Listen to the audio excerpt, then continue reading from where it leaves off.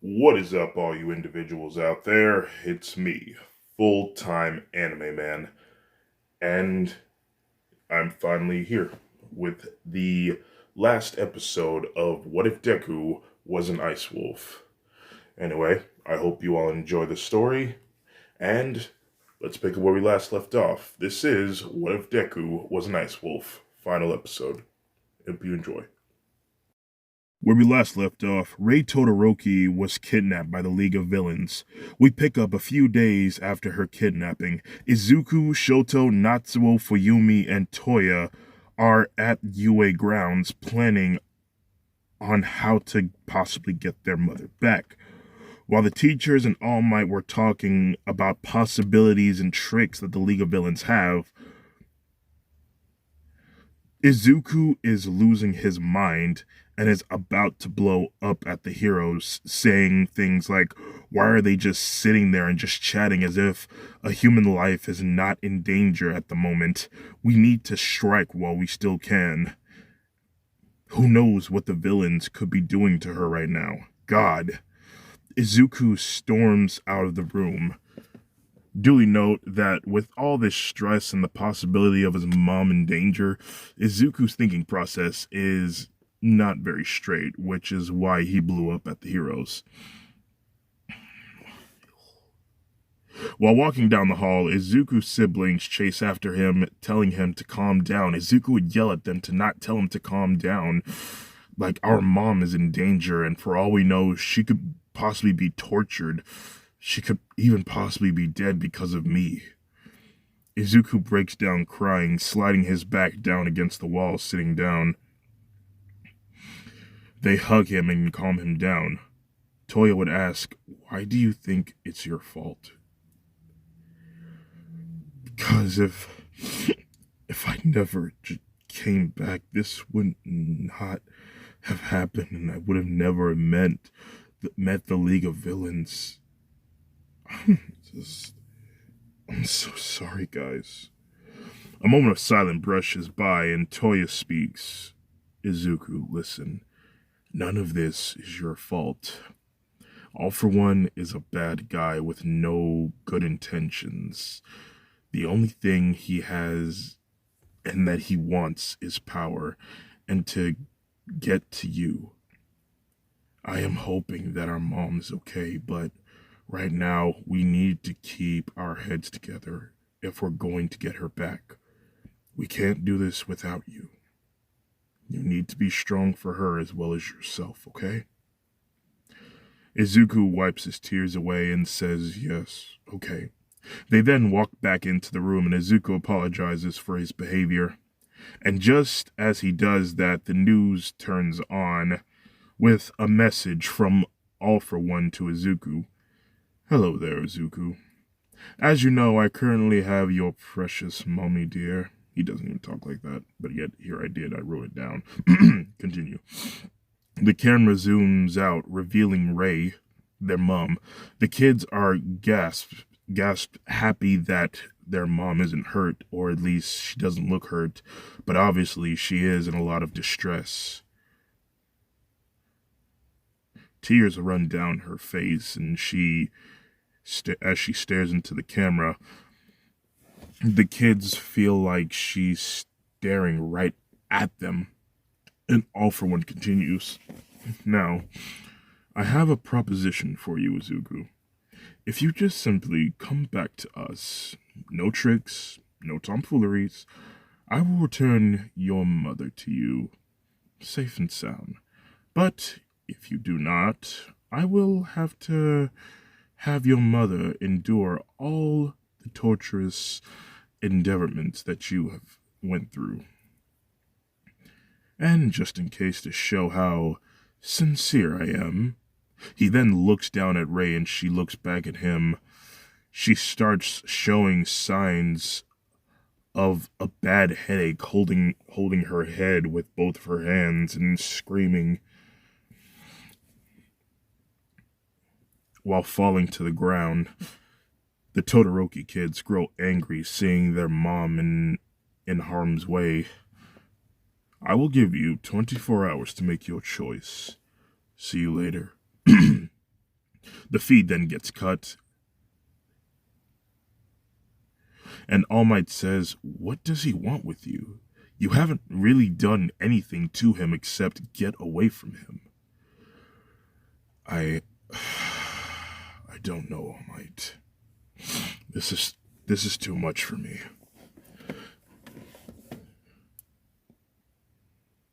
Izuku then goes to prison to see his father, hoping to seek helpful advice from him. "Oh, I don't know what to do, Dad.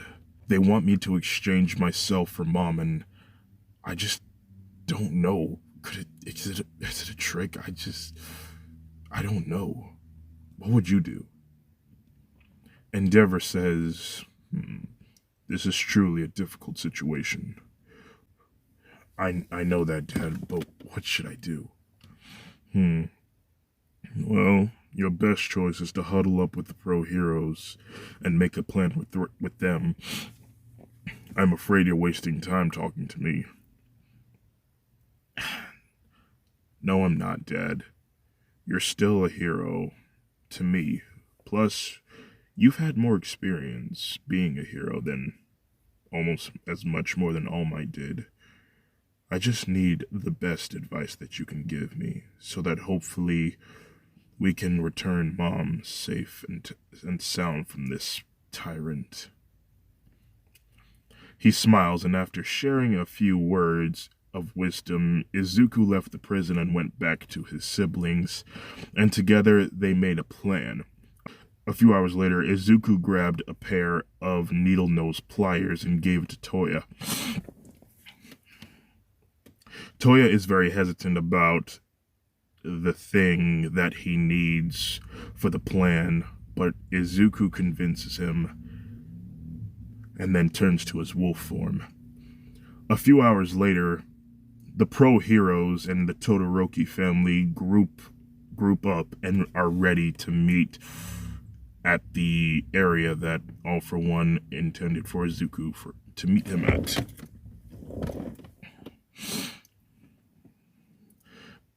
They were standing in the middle of the road. There were no cars, and they made sure that the area was evacuated. While they were waiting, a sudden rumbling noises enter their ears, and soon a tank-like vehicle approaches.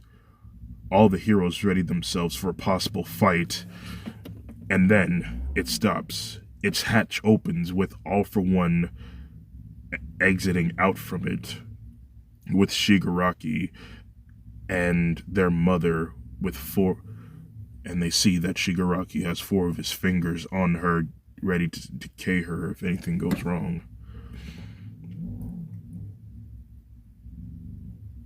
All for One says, "Izuku, have you made up your mind?" "Yes, I will go with you." "Good boy. Now, before we aboard..." All for One then throws Izuku a syringe filled with what appears to be a red liquid substance. Blood, possibly. "Inject yourself with that." Izuku sniffs it a few times. "What is this? Poison?" "Oh no, it's just a solution that will temporarily deactivate your quirk for a while. I do not know how long, but it will be a while." Izuku is hesitant. He picks up the syringe and he says, "Let my mom go first." All for One smirks and says, "Shigaraki." Shigaraki reveals his 5th finger, his thumb ready to touch her. Izuku grins his teeth and says, "Fine." "Oh, hold on. Turn to your wolf form first. So that way you'll be stuck like that until it wears off." Izuku then grins his teeth and stabs his forearm, injecting the solution into his arm. He starts seizing with pain, and Shoto feels every ounce of the pain with him. But then Izuku turns to his wolf form, and then his veins start glowing red. He then falls to the ground, and then Shoto was just disconnected from him. He couldn't feel anything that Izuku felt, and Izuku couldn't feel anything that Shoto could. Their tethered quirk has been undone. Even though, like, the glowing had stopped, Izuku still showed signs of agony. Izuku then, wait, I already said that. All for one then said, "Splendid. Let her go, Shigaraki." He then pushes her forward, and she ran over towards Izuku. "Oh my god, son, are you okay?" "Yeah, Mom, I'm fine. Are you okay?" Ray doesn't say anything, except she gives a devilish grin, and Izuku said, "Wait a minute." He sniffs her. "You're not." Duh! Izuku looks back and sees that his supposed mother had injected him with a tranquilizer so that he wouldn't put up much of a fight once they took him inside. Toya and Natsuo had to hold back Shoto from running over there to stop them. All Might was resisting the urge to attack, but they knew that their plan had officially been diminished, and now they needed to hope that Plan B works.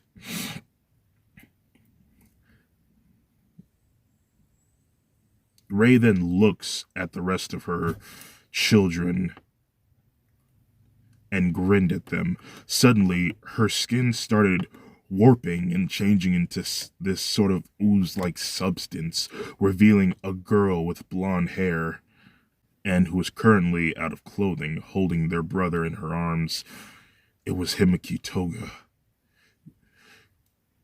Izuku goes limp and non-responsive.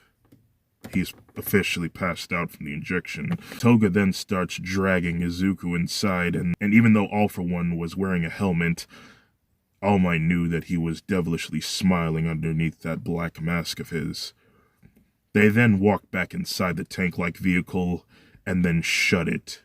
It starts to drive away, and just as it turns a corner, a body rolls out from the side of it. The heroes and the Todoroki kids ran towards it, and it revealed that it was the real Rei.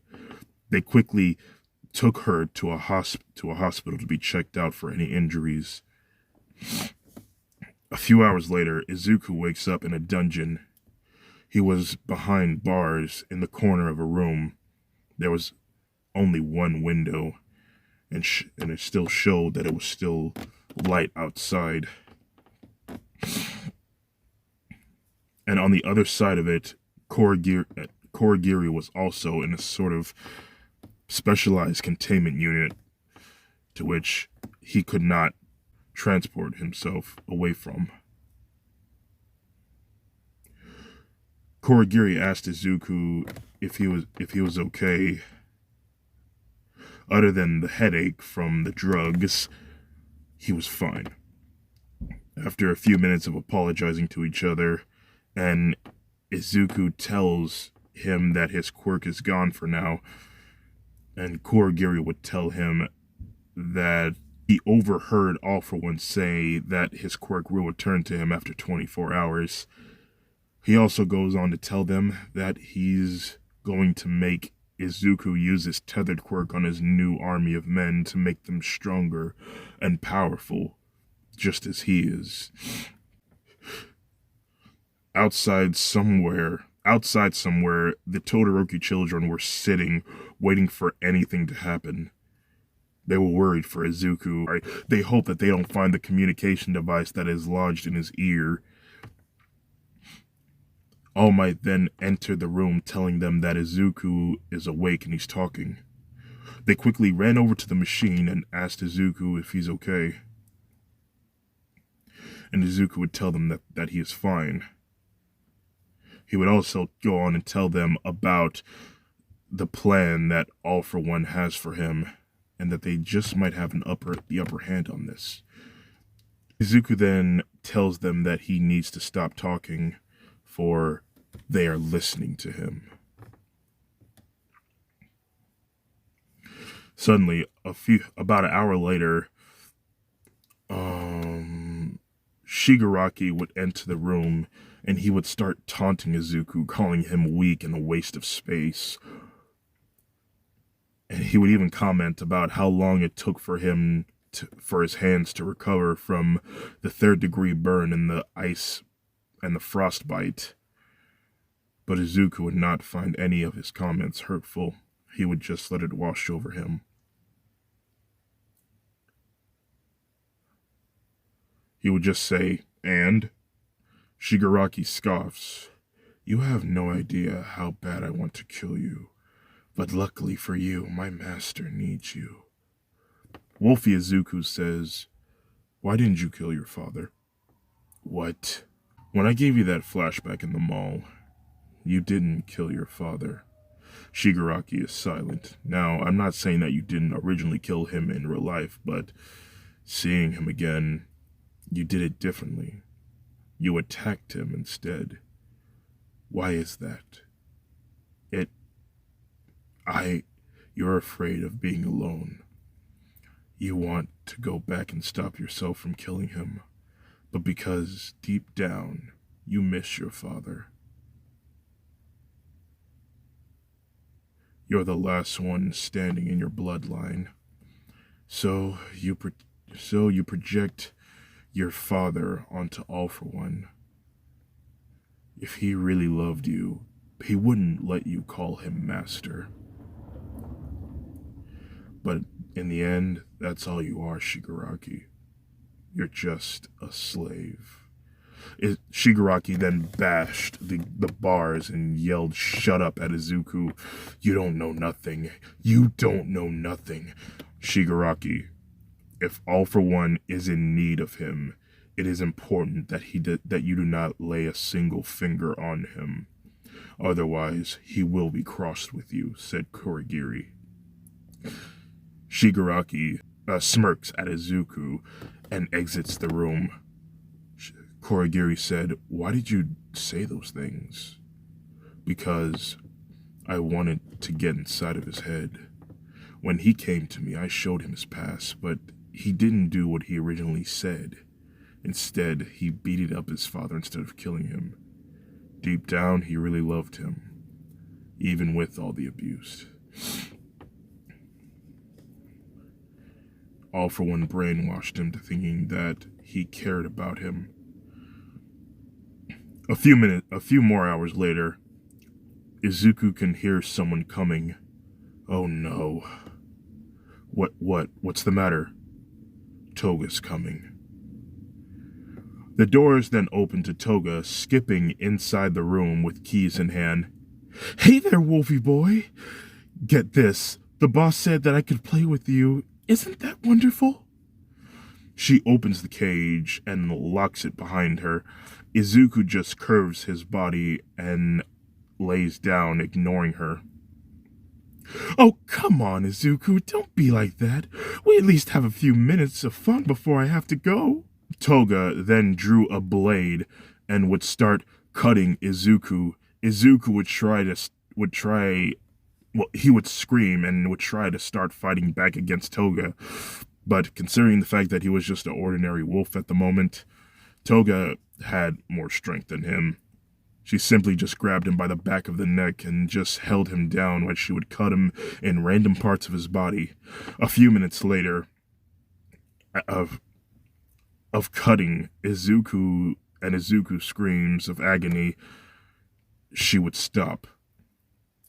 Most of the ground and the walls were splattered with Izuku's blood. Toga dropped her blade and she would breathe heavily. "That was fun. Has anyone ever told you that your screams of agony sound so delightful?" Izuku does not respond. Toga giggles and starts crawling on top of Wolfie Izuku, who was too weak to even move at the moment. She then says, "You want to know something? When I was small, my quirk activated. I was, and I still am, so obsessed with blood. My parents kind of grew distant from me when they first heard about what my quirk was about to turn me into. Did you know that people's blood tastes different between their personalities? If someone is kind and warm-hearted, oh, their blood tastes so sweet like honey.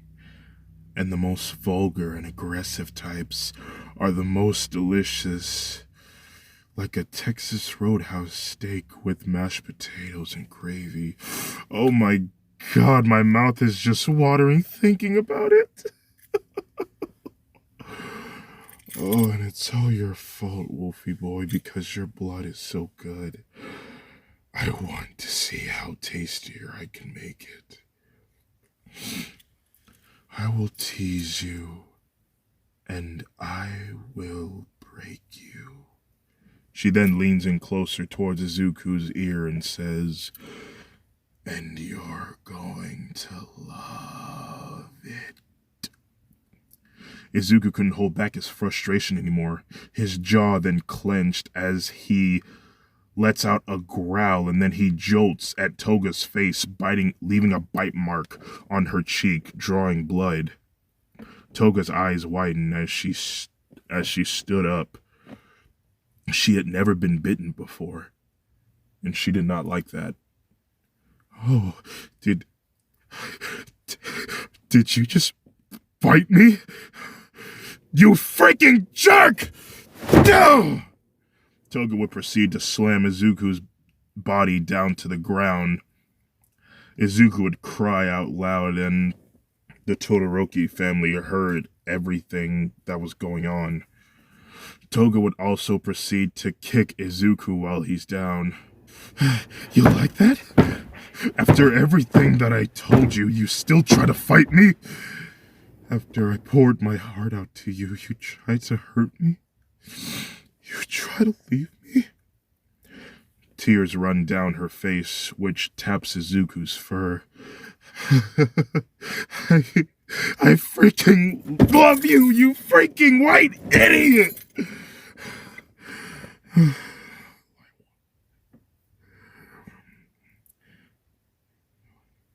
You know, it's almost time for me to go, so how about one more taste? She struggles to even grab a hold of her knife because she's still baffled about the fact that she was bitten. She then raises the blade up over her head, about to stab Izuku, but Kurogiri stops her, yelling, Toga, no! As she looks at him, two men enter the room and drag her out.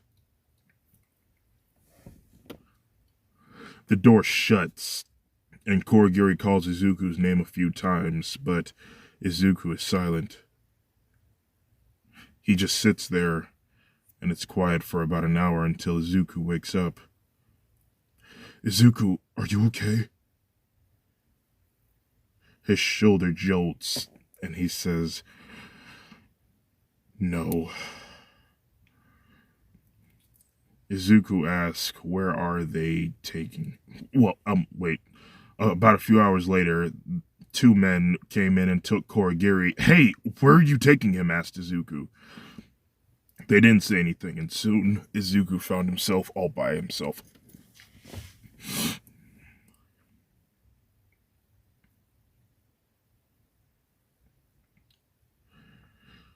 Time would pass, and Izuku would be uncertain on how long it's been, for it's kind of hard to tell because the window, it just doesn't help him. Soon, All For One entered the room. Izuku stands up, with his fur still drenched in his blood. There are only so many wounds that he could lick and reach. Where is Kurogiri? I will take you to him, said All For One. He opens the cell, and Izuku was warned to not try anything drastic. He takes him to a room filled with bad guys. Why are we here? Any second now, your quirk will come back to you, and when it does, you are going to tether all of these people here with your quirk. And if you refuse, or if you try anything, Shigaraki will decay Kurogiri, who is right over there. He points and sees that he has 4 fingers on him. One more finger and he's decayed away. Izuku could start to feel it, his power coming back to him, with fire engulfing parts of his body and vaporized air emanating off of him from the ice.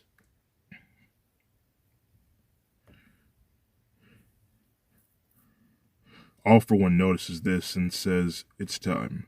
He then hands him a few clothes and tells him to change back into his human form. Izuku growls at him and gets dressed, reverting back to his human form.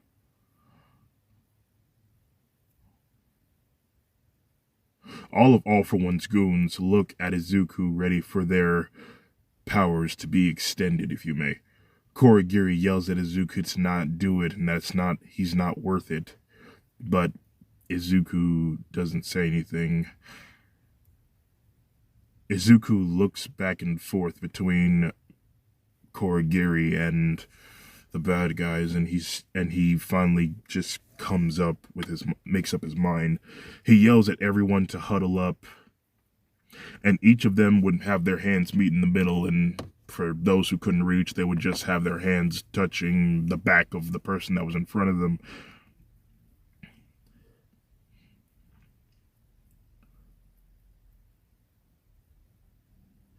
Izuku then rests his hand on top, and he then tethers everyone together with light blue strings wrapping around their wrists.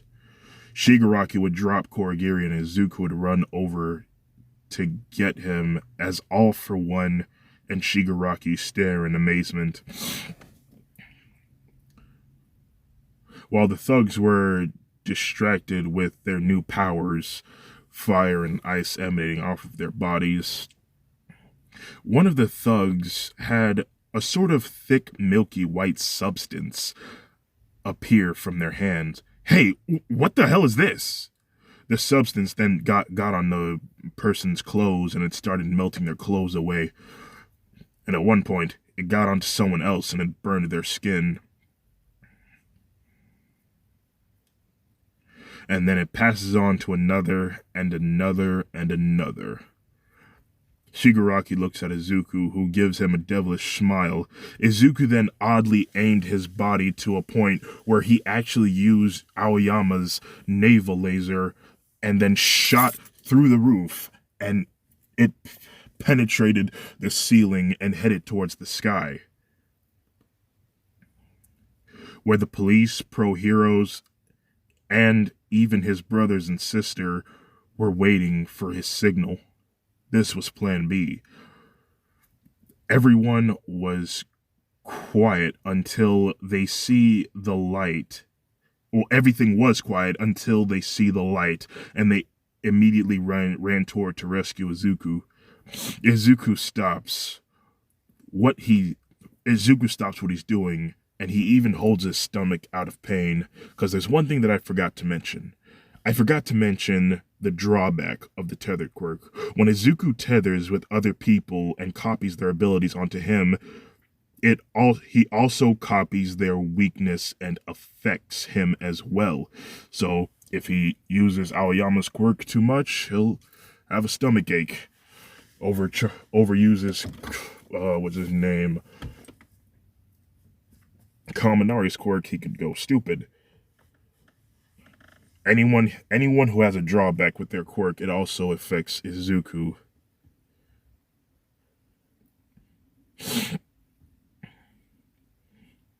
All for One yells at Izuku, "What have you done?" Izuku says, "What?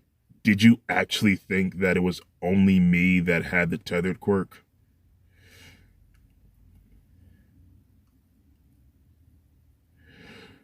When my quirk came back to me, my brother Shoto had tethered me with my classmates, and now he then gets into a battle stance and says, "You're dealing with a one-man army." Izuku then activates all One for All with Kirishima's hardening quirk onto his hands and Bakugo's explosions all around his body with fire and ice emanating all around him. Izuku then started zooming at Shigaraki, and he punched him so hard in the stomach across the room that he rendered him unconscious. Izuku then puts his hands together and would start using flash grenades explosion, blinding everyone who stared at him except for Korigiri. Izuku would then start fighting them, knocking them out one by one, and even at one point he used his wolf abilities to conjure allies to assist him as much as possible. Suddenly, the walls blew up from one side and the police and pro-heroes came through. And FYI, in case I didn't make this clear in the last episode, the attack on the camp didn't happen. So therefore, all the villains that were there are now originally in this area of the story that I'm telling you right now. So that means Muscular is there, Mr. Compress is there, and Spinner is there, etc.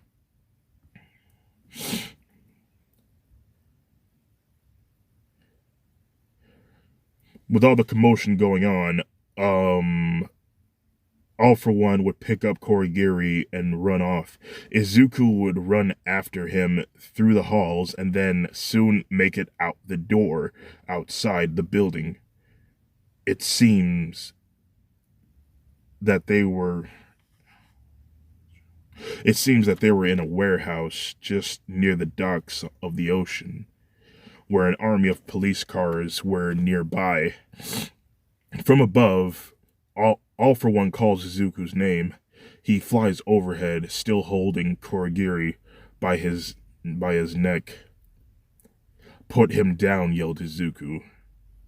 Instead, All for One flies off, and Izuku follows him, using the walls of the buildings to scale up them using One for All. Keep on getting names mixed up. While they run through the town, they then stop in a more open area. "It's over, All for One. Before I left the docks, I untethered myself from all of your minions. Your plan has been diminished. You have already lost. Just accept it."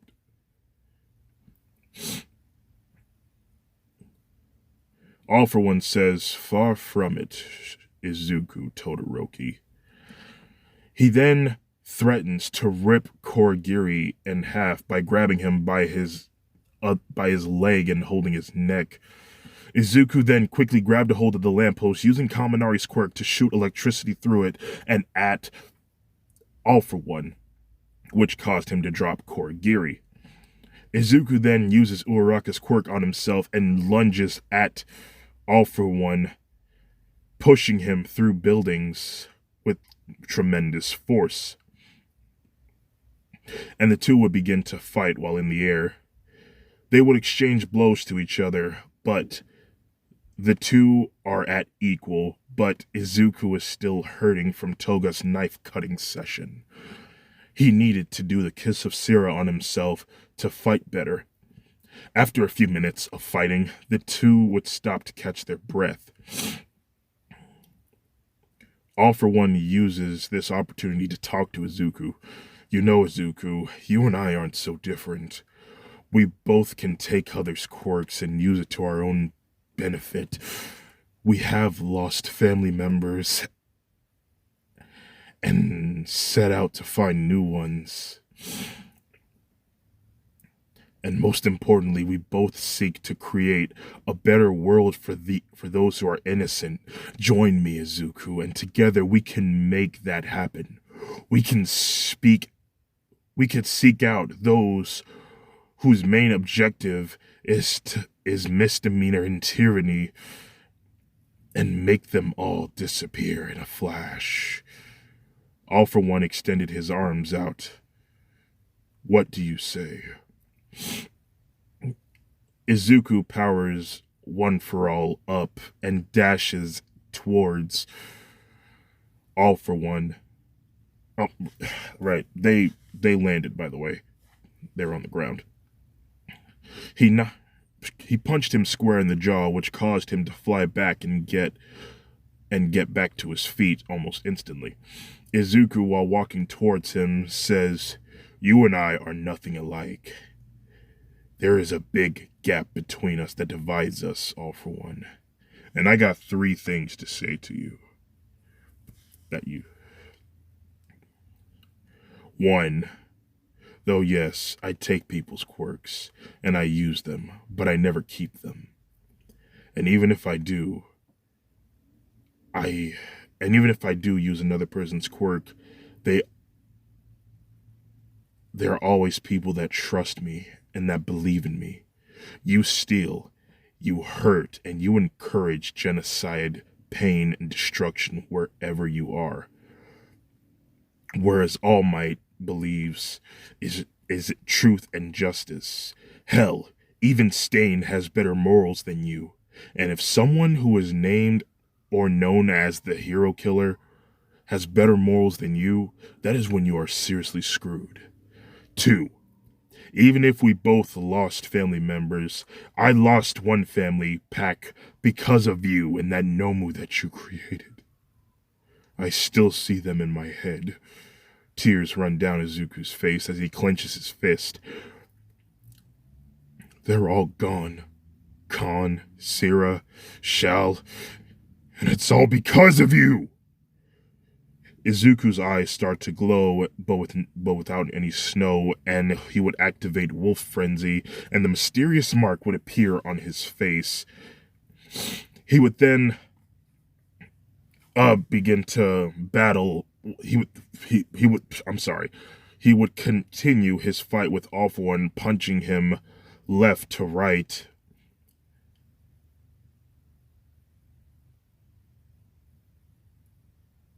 And at one point, he punched him so hard in the face that he broke All For One's mask. This would go on for about 3 minutes before the drawback kicked in, for Izuku feels like he's getting very stiff, making it hard for him to move. All For One saw his opportunity and struck Izuku back.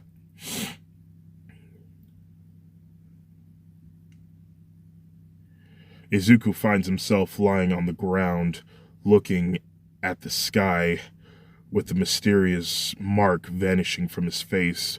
All For One walks to Izuku and starts choking him and says, I tried to give you a chance to join me, but if this is what you want, so be it. Izuku, while being choked, he would have his fingers in between All For One's hands and would say, another part to number 2 saying, I still have my family.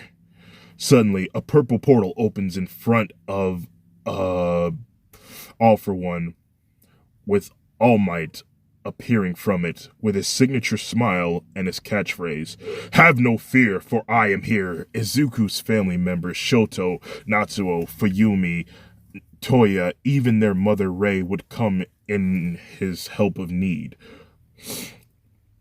All Might is the first to take action, lunging himself at All For One, punching him off of Izuku.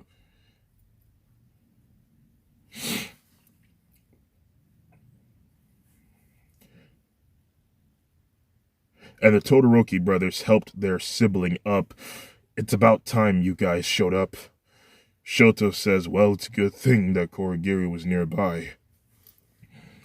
Izuku tells them that he needs some time to relax and to heal his body from the injuries.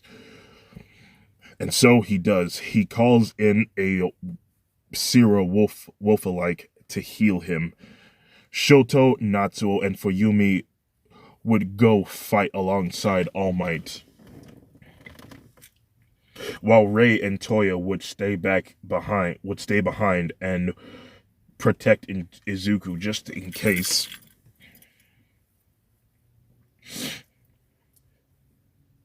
All For One would say,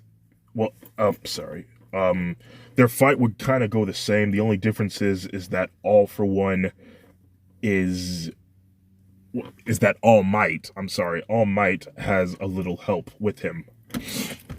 All For One would say the same thing like he did in the show, only this time, when he mentioned that Shigaraki was the grandson of Nana Shimura, All Might was shocked, and he saw his opportunity to strike at his nemesis.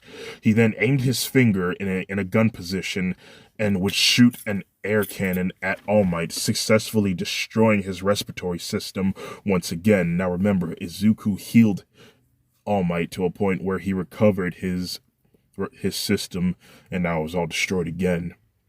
He falls down to the ground, and the world watches in horror as the number one hero, the symbol of peace, falls to the ground in a pool of his own blood. Rei urges Izuku to get up and to help his brothers and sister.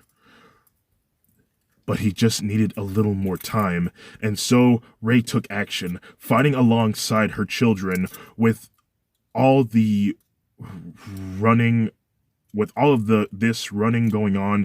Izuku would make out what was going on around him. All for One is decimating them, slapping them all over the place, but his family is putting up a decent fight against him, by trying their best to give Izuku more time. But the temptation of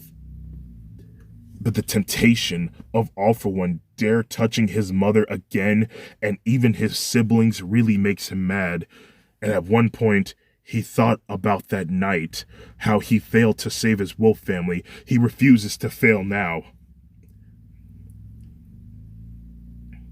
And so, the dome that was covering his body then bursts open with a light. Izuku stands up, mostly healed.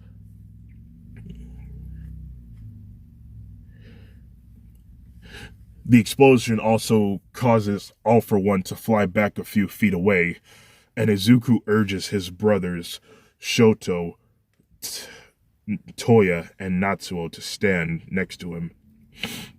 He touches them, tethering them together, and shares one for all and all for one. That's right. Izuku actually tethered himself to All for One. But how, I'm sure you're wondering? Well, you see, when All for One was choking Izuku took the opportunity to grab him by the wrist while he was trying to keep him from choking him any tighter. So he tethered himself to him, and now him and his brothers are now powered up. But before their fight began, Izuku had the Sira lookalike use its kiss on All Might to assure that he does not die. Colorful electricity and black electricity started swirling around the boys' bodies, and their hair would start sharpening up, resembling almost Super Saiyan-like from Dragon Ball. All for One knew that he was screwed, and so he used as much of his power as possible, even going as far as to use that one ability where his arm painfully grows and blades appear from his arms. The boys knew that they had to be careful on how they used All for One and One for All, for it could possibly lead to their devastating end. The three boys would then rush in. This time they would do some serious damage on their opponent, and the boys would use all their abilities to take them down. Izuku would use his Wolf Frenzy to increase his strength to a point where All for One was spitting his own blood and bleeding tremendously. But even with all the blood loss that he had, he was still standing and fighting. And then Izuku would also then use his Blizzard to hopefully slow him down. But at one point,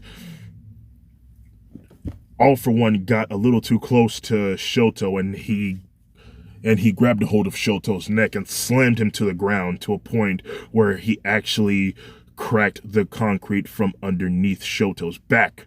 But Shoto did not pass out. Instead, he then flicked I forgot what the move was called, but it was like a sort of air cannon themselves to get All for One off of him.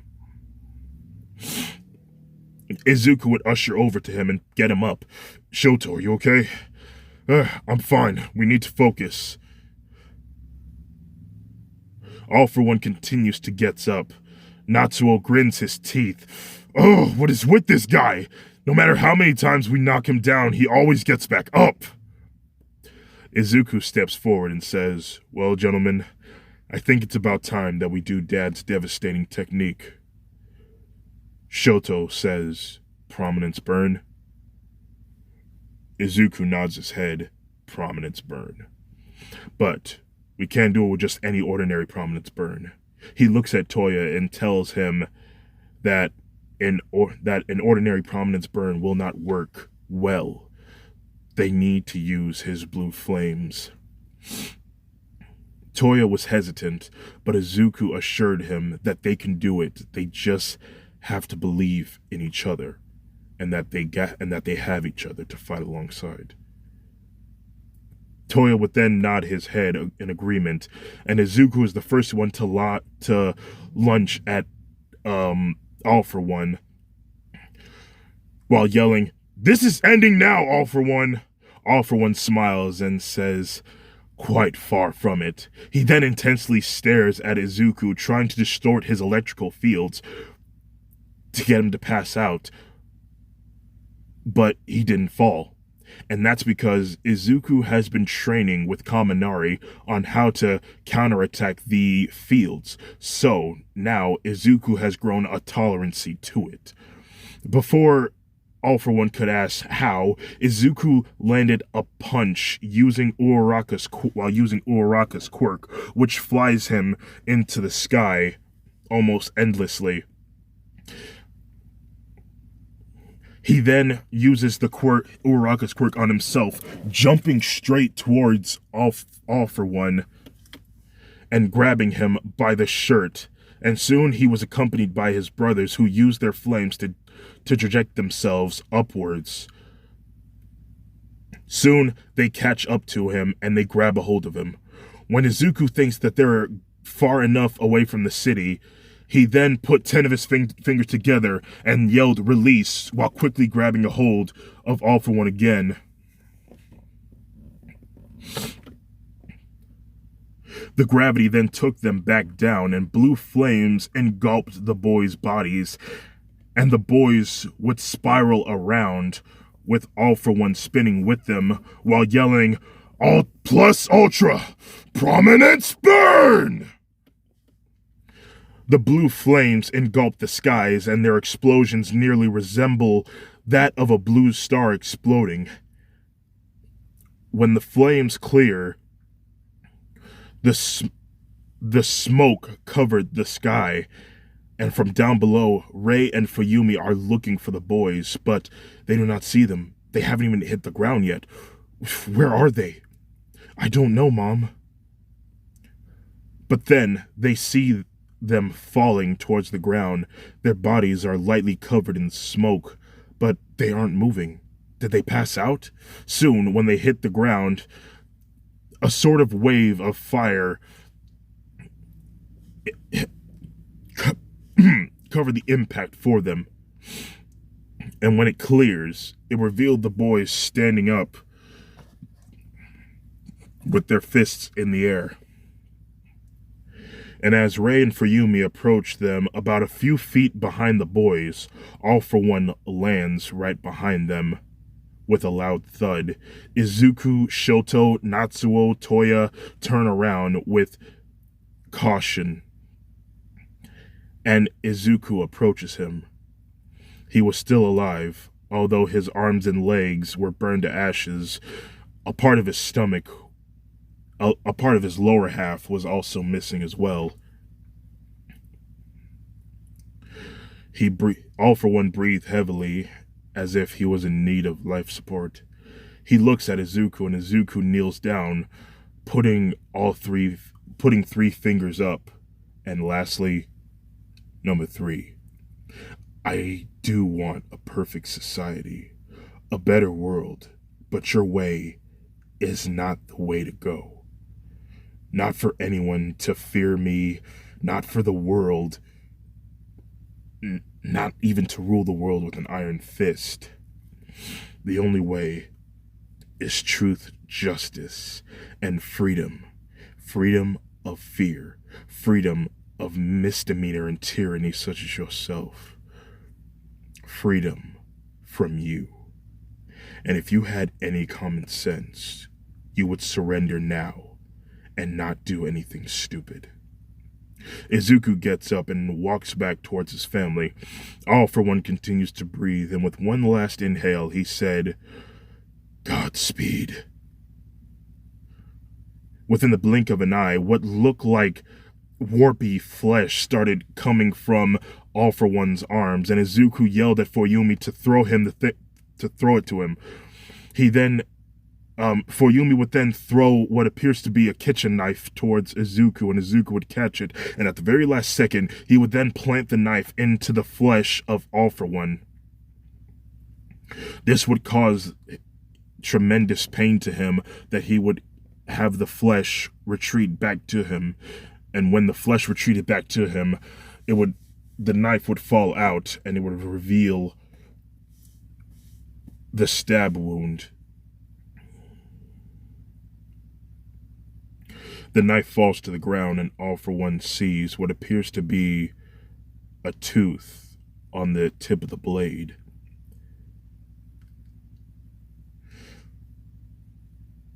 He looks at Izuku, and Izuku opens his mouth, revealing that one of his canine teeth is missing. "What? What did you do to me?" Izuku says, "I gave you a chance, but you didn't want to listen." All for One started seizing with pain. "What is this?" "I hit you with my most powerful move. I really did not want to resort to this, but you have left me no choice." Izuku untethers himself and his siblings from All for One. "The knife that I penetrated you with had my tooth of flash freeze attached to it. As we speak, ice crystals are traveling through your veins and is slowly turning you into ice. Just like how I did to your Nomu when you tried to unleash it onto the USJ, and now you will suffer the same fate." All for One gives out a blood-curdling scream. As his skin would start turning blue, he would then be completely immobilized by being frozen. The battle is over, and Izuku falls over from exhaustion, with Shoto catching him. He smiles and says, "It's all over now." A few minutes later, the Todoroki family was being checked out by a nearby ambulance. Everything seemed fine, but then a police officer approached Izuku, telling him to put his hands behind his back and that he's under arrest. The family would be confused, like, why? He didn't do anything wrong. The police would tell them that they have evidence that Izuku was actually involved in All for One's plan to take the city.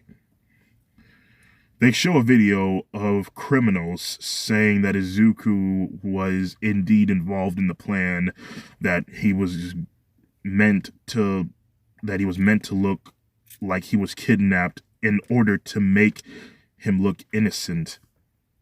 And the real plan was that he was going to come back to them and give them powers, but he got cold feet and turned on them.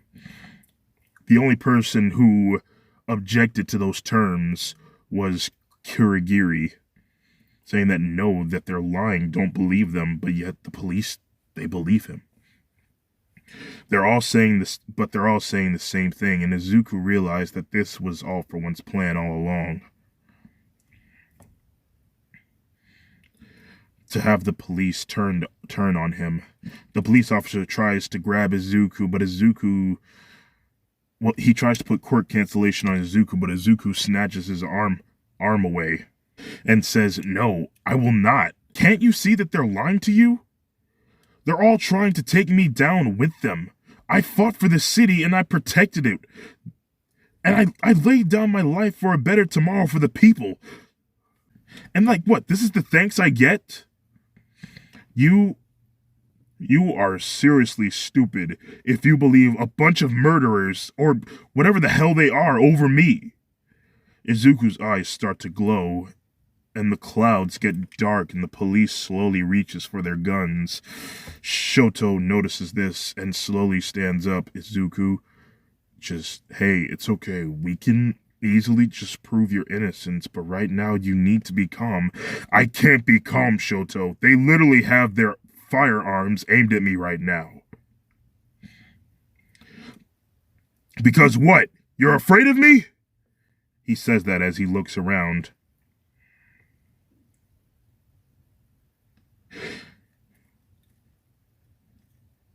And after all, I protected you all, even more than I did the people around this city. And now my life is in danger once again, even after being taken by the League of Villains. Izuku looks around with an angry look and yells. And he yells at the police officers, calling them cowards, and saying that they're no better than the League of Villains, that they only want to use him, and now they want to imprison him. That's all, and now Izuku gets the thought that that's all they wanted him for was his power. Now they think that they lost control of him. The police then cocked their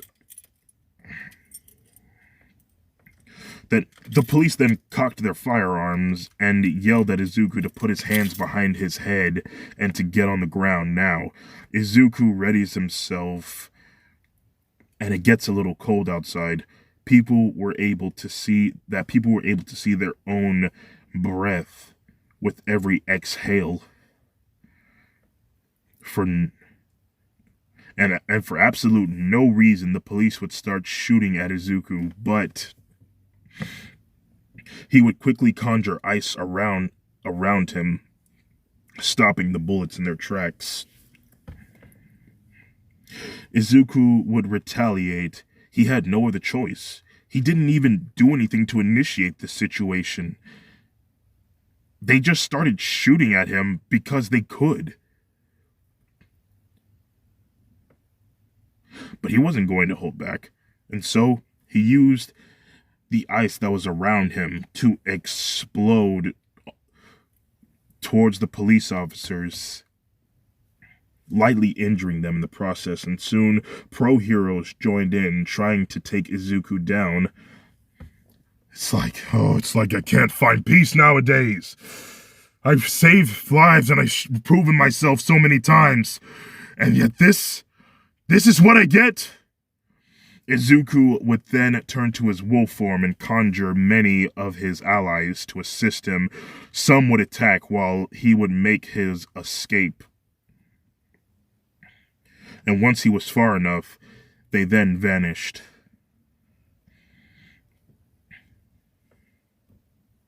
With a snowstorm right behind Izuku to cover his tracks. The Todoroki family and pro heroes and police officers looked all over for Izuku. They spent nearly half of the day just wondering where he could possibly be. And at one point, the Todoroki family just sat down and they think, where could Izuku be? And then Shoto thinks for a second, and he remembers the threads are attached to him.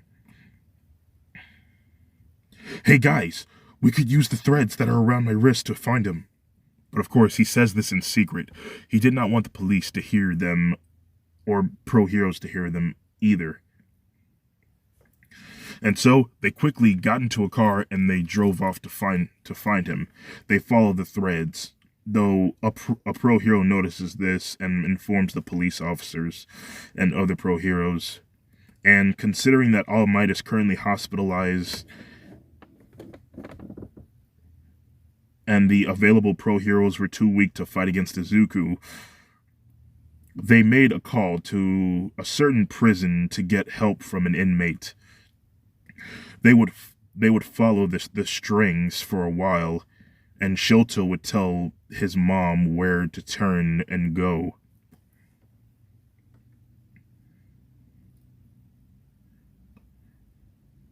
Soon they arrive at the woods, the same place where he and Izuku were separated. They walk through the woods and they know that they're getting closer to Izuku. Shoto tells them to stay back and to let him talk to Izuku alone, and instructs them to keep an eye open for police cars or pro heroes. Shoto then follows the strings, and soon he sees him standing there on the edge of the cliff, the same cliff where Shoto pushed him. He looks over the horizon. Oops, hang on. He looks over the horizon, and Izuku knows that Shoto is behind him. Hello, brother. It's about time you found me. I was starting to worry that you wouldn't. Shoto smiles for a second, but then that smile turns into an angry look. He was furious at Izuku for his actions and would scold him, saying, Izuku, why would you do that? Why would you do what you did? You know that we could have proven your innocence, and all you had to do was cooperate. I was tired, Shoto. We took down the most powerful villain in Japan, or maybe even possibly the world. We literally help arrest all those thugs that are possibly serial killers, murderers, kidnappers, robbers, etc. And now I may face time in prison because they're all saying the same thing about me? That I was working with the big man the whole time? I will not stand for that, Shoto. I will not bend the knee and take it. I'm just done. I can't do this. I'm not meant to live like this. I am only 15 years old. To be under the watchful eye of the law for what? My potential entire life? That's no way for a man to live. That's no way for me to live. Izuku turns around and starts to tear up. Shoto shows sympathy towards him, placing a shoulder on his hand. Izuku, listen. Perhaps if you just say you're sorry, I'm sure we can make things right. No, Shoto. They don't see me as someone worth listening to. They only see me as a criminal now. And I do not, I repeat, I do not feel sorry for what I did. It was something that needed to be done. They just shot at me.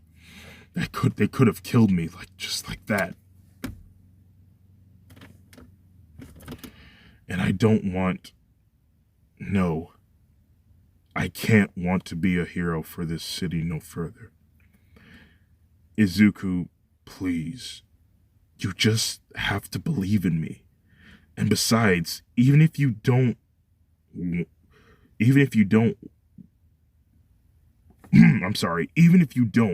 what are you going to do? Where are you going to go? Izuku then looks over the cliff and down to the forest. Shoto notices this and says, You want to be here, don't you? Yes, I do. But what am I going to do without you, Izuku? I mean, we're family. We're supposed to stick together. Then come with me. What? Come with me, Shoto. You and I can live out here in the woods. No worries, no trouble. It would just be you and me against the world. We can even build like our own pack together. And it would be easy for us. It would be you and me against the world. And this time, nothing can separate us now that we're stronger. Brothers. Forever. Izuku and Shoto's head twitches, for they hear helicopters approaching. They found us. So, are you coming, Shoto? Izuku reaches out with a hand, wanting Shoto to shake it, but Shoto thinks for a second. Just as he was about to touch Izuku's hand, he then lightly balls up a fist and says,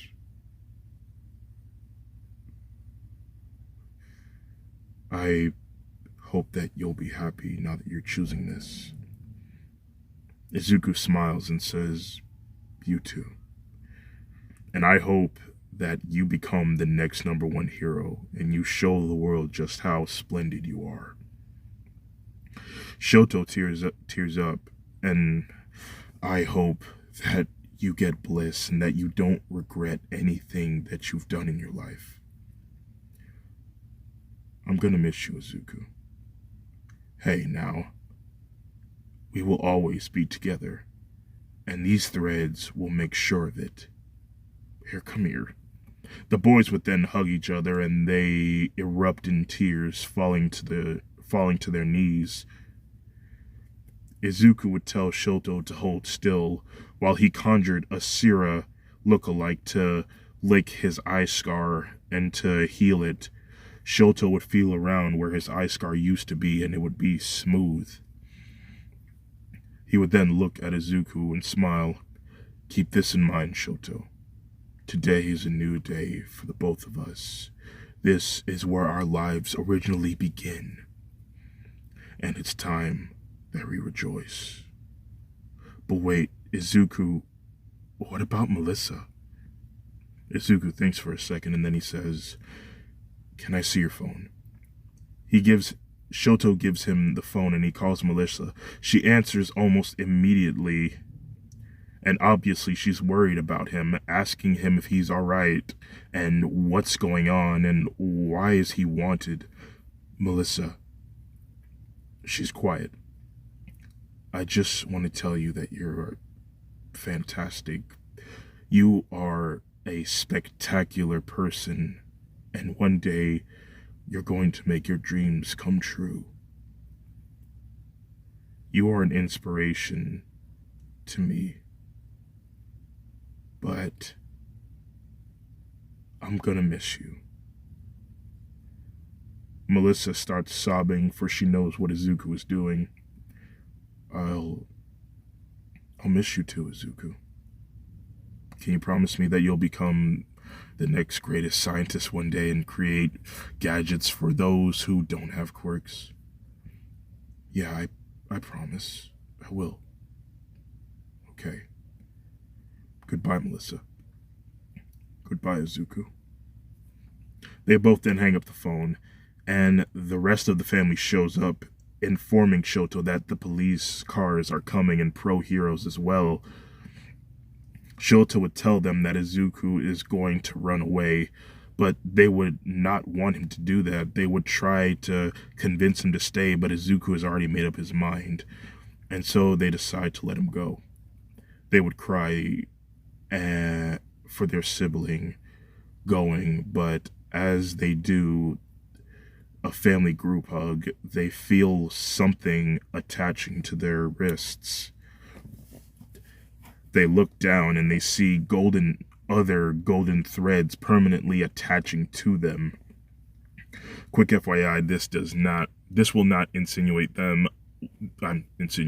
This will not make it so that they'll have, the thing where they'll be able to feel what Izuku felt or what Shoto felt. It's a special way of connection to them. Izuku then said, we're always going to be together, no matter where we are in the world. Fuyumi steps forward and tears running down her face, saying, Izuku, I understand you'll be living the rest of your life as a wolf, but can you please take this? Just in case it gets really, really cold, you'll always have this to keep you warm. Izuku then lifts his head up, and Fuyumi would wrap a red scarf around Izuku's neck, and everyone else joins in at the moment and would regroup their hug. But their moment was interrupted by helicopters flying overhead and the FBI and the police running towards them. The Todoroki family, Izuku quickly runs in the opposite direction, like towards the cliff, and the rest of the Todoroki family would form a wall, raising their hands up, showing them that they're protecting Izuku. They were immediately apprehended and were given quirk cancellation cuffs. Izuku turns around and he sees the men being rough with his family member, and he yells at them that it's not them. They're not the ones you want. I am the one that you want. It's me. Izuku starts stepping backwards, almost nearly falling over the cliff. Shoto then sees this and he yells Izuku's name, Izuku, and Izuku takes one more step back as he stumbles backwards. falling off the side of the cliff while yelling, "It's me!" And when the police officers tried to look over the cliff to see where he could possibly land, Izuku comes back up, but this time he is on the top of his giant snow wolf.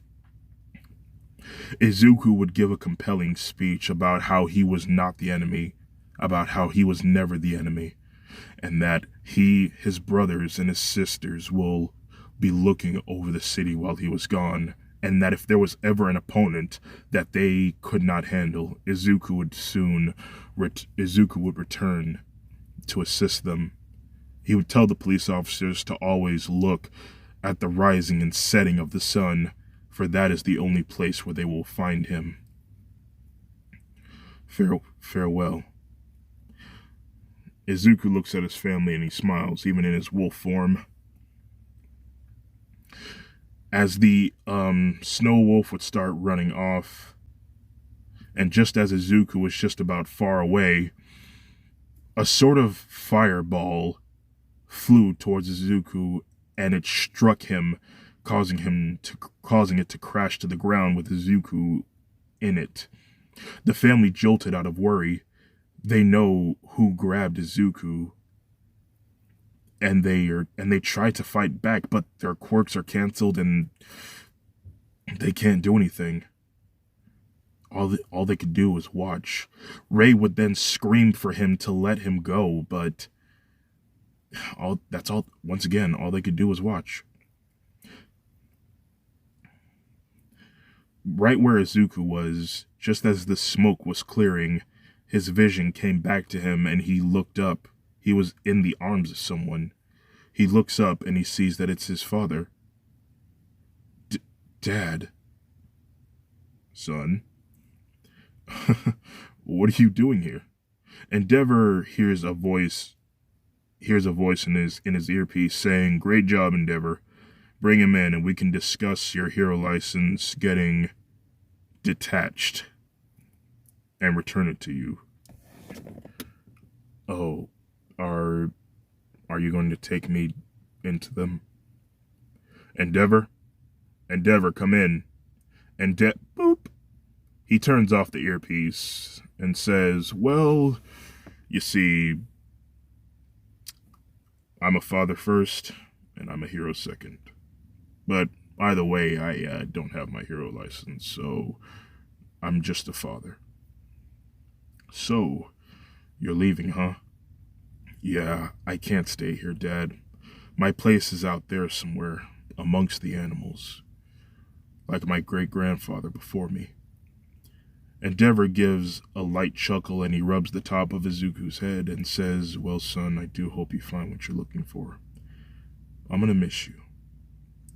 Izuku then gives the best hugging gesture to his father while in his wolf form as possible, and he even gives his father a golden thread to attach to him, and he would say, "There, you'll be hearing from me soon. Don't worry. Goodbye, Dad. Goodbye, son." Izuku would then get back on top of his snow wolf and he would run off into the sunset while the Todoroki family watched in awe as we fade to black. Many years would pass, but after that day Izuku escaped, the police officers would interrogate the Todoroki family, wanting them to tell them where Izuku could possibly be. But considering the fact that they actually don't know, they don't really have any jurisdiction against them, and they were free to go, except for Endeavor. He had to go back to jail. Fuyumi would become a professor teaching students at the University of Tokyo, which is a real school, by the way, and has been around since, well, it's been around for 144 years, if I remember correctly. Natsuo would graduate from College of Business Ethics and would spread his father's corporation nationwide, making the world a better place piece by piece. Ray, the mother, would establish a reconnection with her parents, especially after all she's been through. She found a way to forgive them. And Shoto and Toya would be a fighting team after he graduated from UA High. And although a lot of people missed Izuku, but before Izuku left, I forgot to mention this. Before Izuku left, he would actually request that Shoto have the purple-headed ball kid back into UA, for he deserves a chance. And Shoto actually managed to make Mineta come back to school. And Endeavor would soon be released from prison a bit early after taking many counseling and anger management classes. As for Izuku, he found a comfort spot far, far away from Japan and would rebuild a pack. And to assure that they do not perish someday, he would also tether them, making them strong like him, giving them half fire and half ice abilities. Once in a while, the Todoroki family would secretly enter a sort of headspace where they can communicate and see each other. Kind of like how Izuku and Shoto did in the USJ in Part 5. One day, Izuku told his family that when they go to sleep and they come here, that he had a surprise for them. And so, when the time came, everyone sat down in the headspace, awaiting for Izuku to show up with what may possibly be their surprise. Izuku, while in his wolf form, would look over to a corner and say, "Come on, they're waiting." Everyone's jaw would drop to the floor, for they saw 6 little wolf pups. Izuku's wolf pups. And that, my individuals, was the conclusion of What If Deku Was an Ice Wolf. Now, I hope you all enjoyed this series a lot, because I sure as heck had a lot of fun making it. It's really fun, to let my mind go and just, trying to come up with the most unique things for these kind of stories. Anyway, I hope you all enjoyed this video. Leave a like, subscribe, comment, and if you made it to the end of this video, consider yourselves #blessed. And you know what? Since this is the end, how about, I know there's not a lot of people left who's watching this, but how about we go ahead and leave some comments with #blessed at the beginning or end of it? That'd be really nice. Anyway, you all have a nice day and have a holly jolly Christmas. Goodbye.